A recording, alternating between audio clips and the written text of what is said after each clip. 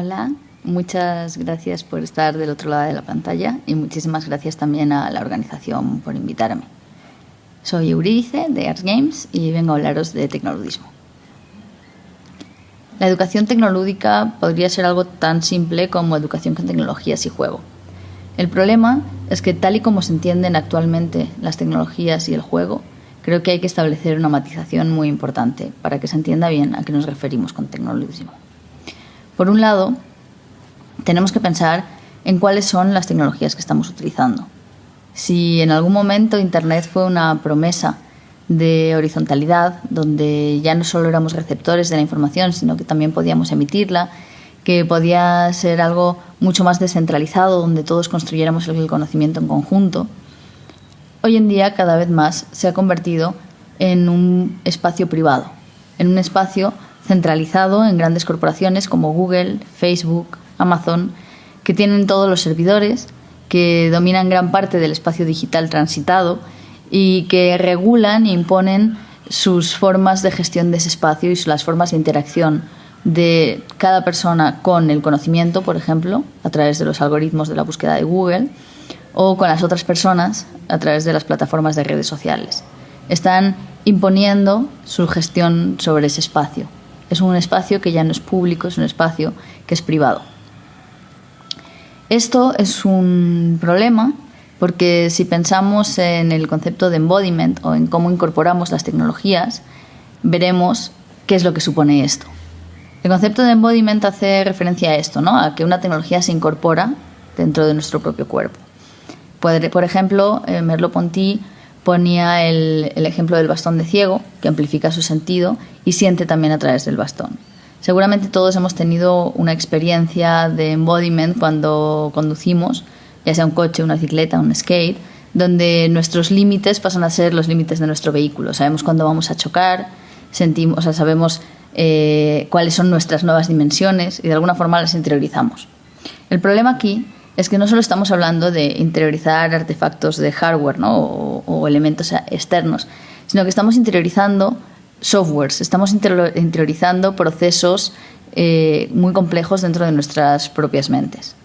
Pensemos, por ejemplo, en cuando hemos tratado de, definir cuál va a ser la estructura de un artículo y estamos pensando y nos quedamos atascados y no somos capaces de avanzar. Y de pronto agarramos un bolígrafo, hacemos unos círculos, escribimos una palabra acá, hacemos unas flechas y de pronto ya tenemos el esquema.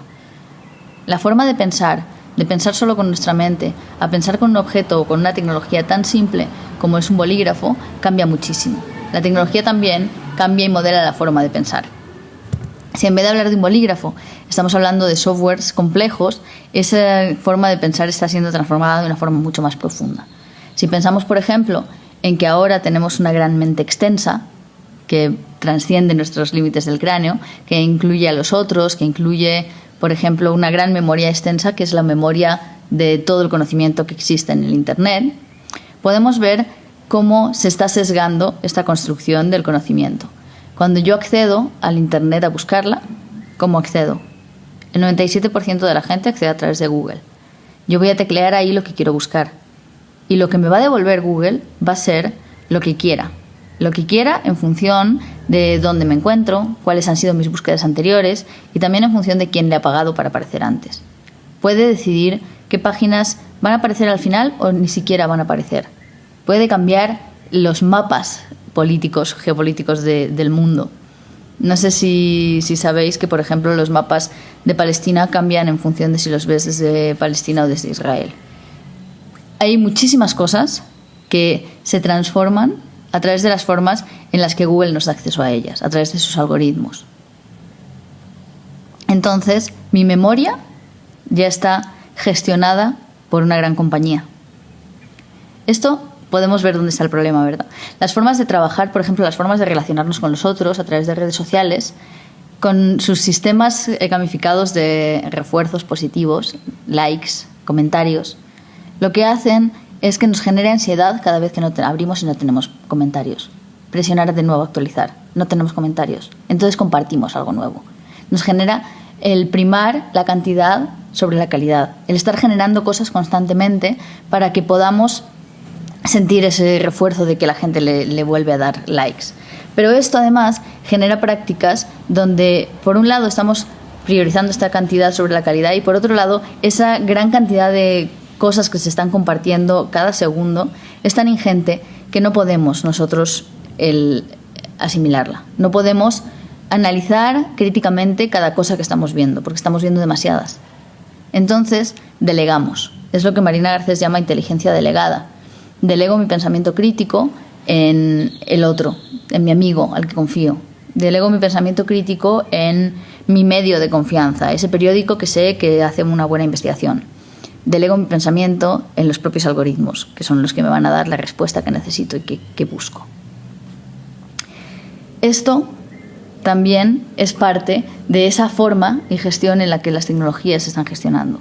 Esa gran centralidad del poder en unas pocas compañías lleva a que sean cada vez más los algoritmos de esas compañías los que gestionan cualquier aspecto de nuestras vidas.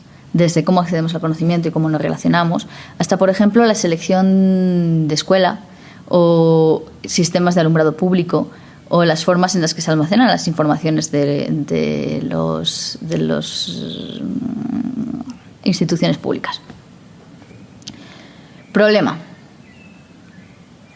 Nuestros datos, todo lo que estamos generando cada vez que transitamos los espacios en línea, o por lo menos los espacios privados, que son casi todos, estamos dejando rastros de miles y miles y miles y miles de datos. Saben dónde estamos, por dónde estamos con nuestro teléfono, nuestra IP, saben a qué horas estamos conectados, a qué horas no, con quién hablamos, qué cosas nos gustan, nos preocupan, cuándo estoy más activo, cuándo menos, qué cosas me emocionan, me enfadan, me hacen llorar. Lo que saben las empresas de nosotros es total y absolutamente desproporcionado con lo que sabemos nosotros de las empresas. Ellos saben todo y nosotros no sabemos cómo funcionan sus algoritmos. Nosotros no sabemos qué datos tienen de nosotros, ni cómo los utilizan, ni si los venden a terceros, ni a quiénes. No tenemos ni idea. Por eso, cuando hablamos de una educación con tecnología y con juego, la tecnología no puede ser esta. Pensemos en el evento, el acontecimiento tan grande que estamos viviendo ahora, donde prácticamente toda la educación ha pasado a ser en línea. Cuando tenemos la educación pública que se gestiona públicamente partiendo del interés de todos los ciudadanos y la pasamos online a servicios utilizando Zoom, utilizando la Google Suite para escuelas, lo que estamos haciendo es privatizando esa educación. Es dotar la gestión de toda esa información que estamos gestionando a grandes corporaciones privadas.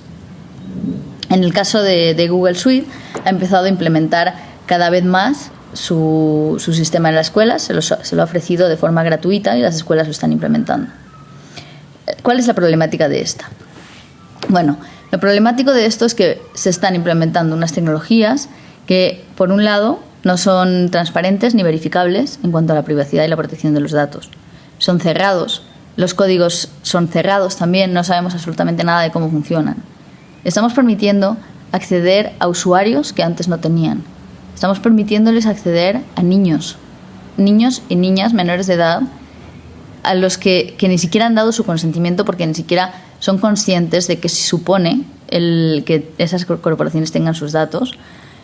Y padres, madres y las escuelas están dotándole a una gran corporación sobre la agencia de almacenar información sobre sus hijos, que incluye su teléfono, su IP, el lugar donde se encuentran, la geolocalización, los comportamientos académicos, los trabajos que escriben, los contenidos generados por los profesores y por los propios alumnos, todos los mensajes que se intercambian entre alumnos, profesores y familiares, todos los chats, las conversaciones y contenidos de los chats, todos los trabajos escolares. La gran información que están recolectando hoy, ahora, de miles y millones de menores de edad, puede ser utilizada en un futuro de formas que ni siquiera podemos imaginar todavía. Se supone que Google no va a compartir los datos de las escuelas o de los alumnos con terceros, según ellos mismos mencionan, salvo en circunstancias excepcionales. Estas circunstancias excepcionales según la investigación de XNet y pudiendo rastrearlo en sus propias condiciones de seguridad, son que el usuario haya dado su consentimiento, por ejemplo. Se aplican las condiciones que son exactamente las mismas que de cualquier cuenta de Google. Tenemos que pensar que a través de todas estas comunicaciones de la escuela, de los trabajos de los niños, pueden visibilizarse perfectamente los trastornos alimenticios, si hay casos de ciberacoso o ciberbullying. Podemos ver todo el historial académico, las calificaciones que han obtenido en cada asignatura, en cada trabajo escolar, los problemas que se reflejan familiares dentro de los trabajos generados por los niños. Y esos datos podían caer en manos de terceros porque, desde luego, son total y absolutamente codiciados por aseguradoras, por empresas de selección de personal. Quizá el acceso a la universidad puede estar condicionado por toda esa información. Es importante que no accedamos a que nuestros niños o nuestros alumnos estén cediendo información tan vulnerable que les pone en una posición tan complicada. Es curioso porque cuando se habla de introducir tecnologías en el aula, habitualmente las familias están muy contentas porque Microsoft o Google van a donar equipos o todos sus servicios a la escuela, pensando que eso supone dotarles de una alfabetización digital que les va a hacer mucho más aptos para después los cambios que puedan venir en la vida tecnológica después. Pero lo cierto es que no es así, porque a lo que están teniendo acceso son a sistemas cerrados, con los que no pueden hacer nada, que no pueden abrir, que no pueden investigar en el código, no pueden modificarlo. Solo están convirtiéndose en meros usuarios, no en creadores. No están teniendo ninguna agencia. Es una fidelización de clientes desde la infancia, tremenda. Entonces, creo que es muy, muy importante que cuando hablamos de tecnología se entienda que para que haya una verdadera educación pública y para que haya una buena educación es imprescindible que haya infraestructuras públicas de telecomunicaciones. Y es imprescindible que haya software libre, software que no está condicionado por una lógica comercial de beneficio, sino por una lógica de apoyo a la comunidad y las necesidades de las propias personas que están utilizando ese software. Es imprescindible también que hablemos de tecnologías situadas, porque es tremendamente curioso que, siendo el mundo tan grande, con tantos contextos tan diferentes, todos estemos utilizando las mismas tecnologías. En lugar de hacer tecnologías que den cuenta de las necesidades de cada contexto, se están generando tecnologías globales a las que tenemos que adaptarnos. Se está homogeneizando a la población para adaptarse a una tecnología dada en función de un interés comercial, privativo, cuando en realidad deberíamos pensar en generar las tecnologías a partir de los contextos, a partir de nuestras necesidades. El generar tecnologías específicas para contextos específicos que respondan a estas necesidades y que sean variadas, diferentes soluciones tecnológicas y que sean abiertas, porque si a alguien le sirve un trozo de lo que yo estoy haciendo y luego lo quiere modificar, va a poder hacerlo mucho más fácil, compartir de esa forma el conocimiento. Esto es tremendamente importante para una soberanía tecnológica, para una autogestión tecnológica. Entonces, cuando hablamos de tecnologías dentro del aprendizaje tecnolúdico, estamos hablando de estas tecnologías, de tecnologías que podamos crear, gestionar, que seamos nosotros quienes tenemos el control sobre ellas, no ellas sobre nosotros. Esto es tremendamente importante. Por otro lado, cuando hablamos de juego, también es muy importante establecer ciertos matices. Seguramente todos y todas habéis escuchado oír hablar de la gamificación, que es la forma en la que el juego ha llegado a las aulas masivamente. Bueno, el juego es discutible. La gamificación es una metodología que procede de los estudios en marketing, es decir, en estudios de marketing y fidelización de clientes. Es una metodología que lo que está utilizando es el conductismo más básico a través de refuerzos y estímulos positivos o negativos. Lo que está haciendo es generar motivación, dicen los docentes. Bueno, ¿cuál es la motivación que genera? Si yo tengo el aprendizaje aquí, esto es el aprendizaje, y hay niños que ya tienen motivación por aprender, pero yo lo que estoy poniendo es aquí un premio.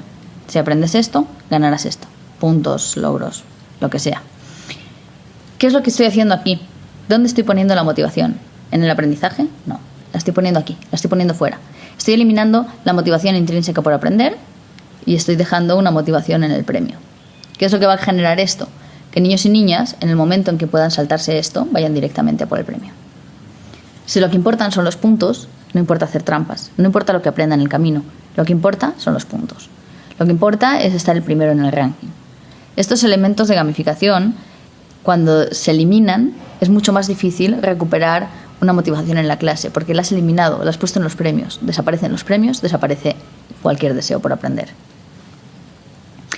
Esta forma, además de gamificación, es una forma muy típica del capitalismo de plataformas, que hemos visto, por ejemplo, en las redes sociales, pero que se da en cualquier otro tipo de plataformas, donde no nos están controlando en las formas en las que podríamos imaginar que se da el control, no nos están impidiendo expresarnos libremente, sino que más bien están regulando minuciosamente nuestras conductas a través de estos refuerzos. Lo que estamos generando con la gamificación son conductas adaptadas y generadas específicamente para lo que queremos lograr. Hay un control sobre el alumnado dentro de un paternalismo libertario que nos hace sentir que somos libres en estas plataformas cuando en realidad se nos está sugestionando y manipulando para que nos comportemos de las formas en las que se espera. Entonces, ¿qué es lo que hay de juego en la gamificación? Porque los elementos que tiene la gamificación no son inherentes al juego. Los puntos, los rankings, los logros, lo que mayormente se utiliza dentro de la gamificación son elementos accesorios que no son necesarios. Lo que es imprescindible dentro del juego es que sea libre y voluntario. Ya decía Huizinga que nadie me puede obligar a jugar, porque aunque alguien obligase a otro a jugar, el otro no estaría jugando, estaría fingiendo que juega. El juego siempre tiene que ser libre. El juego es una actividad improductiva. Por mucho que el capitalismo quiera, en la gamificación, quiera convertirlo en una actividad productiva. Se ha empleado en casi todo, en el trabajo, en las relaciones de pareja. Pretende generar algo, pretende obtener un beneficio a través de estos procesos gamificados. Cuando el juego es improductivo, es libre, es abierto. Una de las características más necesarias, además, para la educación es la experimentación sin consecuencias que el juego permite. Cuando yo estoy jugando, nadie sale herido. Cuando yo estoy jugando, no tengo problemas. Si muero, vuelvo a empezar el juego. Si fallo, lo vuelvo a repetir. Puedo experimentar miles de formas diferentes de resolver un problema. Estoy fomentando la creatividad. Y estoy fomentando también el pensamiento crítico porque estoy viendo en mis propias carnes qué es lo que sucede. Por ejemplo, Nicky Case tiene unas explicaciones jugables, o lo que él llama explorable explanations, donde me permite, a través de simulaciones, experimentar qué sucede con distintos elementos trabajando a partir de datos. Si yo puedo permitirme experimentar, voy a aprender mucho más, voy a aprender de una forma más libre, más crítica. Mientras que la gamificación hace absolutamente todo lo opuesto. Cada acción tiene una consecuencia. Todo tiene consecuencias. Estoy generando un quantify self, un yo cuantificado, donde cada acción va a tener puntos, respuestas, y todo eso me va a generar un perfil psicológico de datos de aprendizaje. Además, el juego tiene una característica y una propiedad increíble, que es que nos permite el negociar. Podemos aceptar entre todos las reglas de un juego ya dado, como podría ser el ajedrez o el fútbol, o podemos generar las reglas para jugar un juego que estemos inventando. Vamos a generar una negociación entre todos y vamos a generar simulaciones también sociales donde a través de distintas narrativas, a través de distintas reglas, vamos a estar aprendiendo acerca de muchísimas cosas diferentes. Podemos utilizar la narrativa de los juegos para establecer juegos en el aula donde se pueda aprender acerca de procesos financieros, acerca de la censura, procesos sociológicos complejos, permitiendo experimentar y jugar y vivir esos procesos en lugar de estudiarlos únicamente teóricamente. Entonces, digamos que si para una educación tecnológica necesitábamos la infraestructura pública, el software libre, generar tecnologías situadas, para hablar sobre un juego de verdad libre y de verdad útil también para la educación y para la generación de una ciudadanía crítica, es importante que el juego sea libre, que haya una experimentación sin consecuencias, pero también cambiar todo el modelo y la metodología educativa. Porque actualmente hay un sistema que requiere de ciertas habilidades y conocimientos y que decide cómo va a funcionar la educación. Los niños no tienen ningún tipo de agencia sobre cómo se va a dar su educación, sino que más bien todos tienen que aprender lo mismo a las mismas edades y tienen que seguir todos estos pasos que se han fijado externamente. Si invertimos esto y en vez de poner en el centro de la educación el sistema al que se van a tener que adaptar los sujetos sobre los que se va a generar esa educación y lo ponemos en los propios estudiantes, estamos invirtiendo eso. Estamos diciendo que no vamos a partir de las necesidades de un sistema, que además ha demostrado ser bastante insostenible, sino que vamos a partir de las necesidades de niños y niñas o de los alumnos y alumnas para generar una educación que parta de sus contextos, de sus necesidades y de su propia motivación. No tenemos que poner la motivación fuera en ningún lado. Podemos encontrar cuál es la que ya tienen y trabajar a partir de ahí. Una metodología muy útil para esta forma de trabajar es el trabajo por proyectos, porque pueden generar proyectos colaborativos que den cuenta de las necesidades de sus comunidades, de sus necesidades específicas, para aprender de formas transversales, tanto conocimientos como habilidades. Y otro tipo de cuestiones como valores, la posibilidad del trabajo en equipo, la gestión de su propio tiempo y de sus recursos, la gestión de los grupos, las tareas. Y van a hacerlo de una forma mucho más libre y crítica, porque les va a permitir explorar en base a lo que ya necesitan, en base a lo que ya les motiva. Hay que pensar, por ejemplo, y esto creo que es un punto tremendamente importante, tenemos que pensar que la educación y la ciudadanía van tremendamente unidas. Entonces, no hay modelo educativo que no esté respondiendo a un modelo político o a un modelo de ciudadano que se va a generar. Si permitimos que nuestra educación, cada vez más tecnológica, esté en manos de estas grandes corporaciones, lo que estamos generando es una ciudadanía sumisa, condicionada y gestionada por estos algoritmos que cada vez más están aunando toda la centralidad sobre nuestros datos y tomando decisiones sobre nosotros. Mientras que si queremos una ciudadanía crítica, capaz de generar otros sistemas, de inventar otros modos de vivir, necesitamos una educación que parta de la autogestión y la responsabilidad sobre la educación y la autogestión también sobre las herramientas que utilizamos dentro de la misma educación. Si aunamos a todo esto un elemento más, o uno que ya estaba pero no en nuestro poder, que son los datos, podemos pensar en cómo nosotros generamos también datos y generarlos para el público, datos abiertos, en lugar de para lo privado, que no sabemos qué hacen con ello. Generar modelos de datos abiertos, transparentes, con los que jugar. Mencionaba antes las Explorable Explanations de Nicky Case. Pues pensemos que si tenemos nosotros datasets públicos y abiertos, que ya existen unos cuantos, sobre distintas especies naturales, de biología, de ciencias naturales en general, sobre temas de movilidad, cuestiones de migración, migratorias, hay bastantes datasets ya, y podemos trabajar con ellos, podemos utilizarlos tanto en la construcción de la educación como en la construcción de ciudadanía. Por un lado, porque nos permite el estar interactuando a través del juego con esos datos. Podemos jugar con esos datos, podemos generar simulaciones y posibilidades de alterarlos y ver qué sucede y establecer o diseñar sistemas que estén trabajando con datos reales. Pero a la vez que aprendemos y gestionamos eso, podríamos utilizarlos para trabajar y gestionar nuestra propia ciudadanía.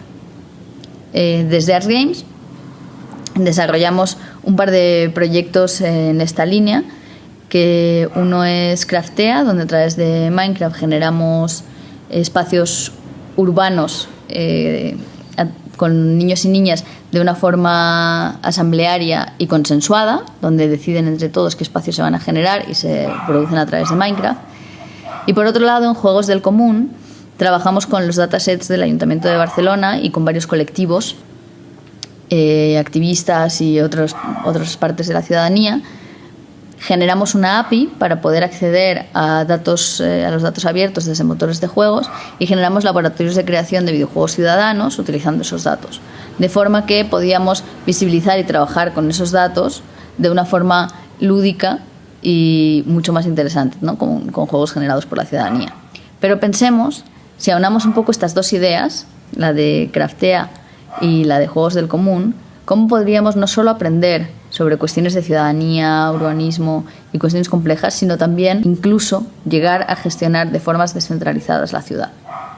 Si podemos tener todos los datos de movilidad de una ciudad y podemos trabajar a través de juegos, por ejemplo, en generación de carriles bici, para saber pues, de dónde a dónde se desplazan y por dónde serían los mejores carriles bicis, y además los cruzamos con datos sobre semáforos o accidentes, y podemos establecer rutas ciudadanas donde todo el mundo trabaja de forma colaborativa en línea en sistemas abiertos y públicos para generar esos carriles bici, se podrían alcanzar las decisiones más óptimas sobre cómo sería ese trazado a través de consensos ciudadanos. Podríamos tomar decisiones ciudadanas a través de esta gestión de los datos. Entonces, creo que es muy importante que pensemos en todas las posibilidades que nos permite el juego y una tecnología abierta.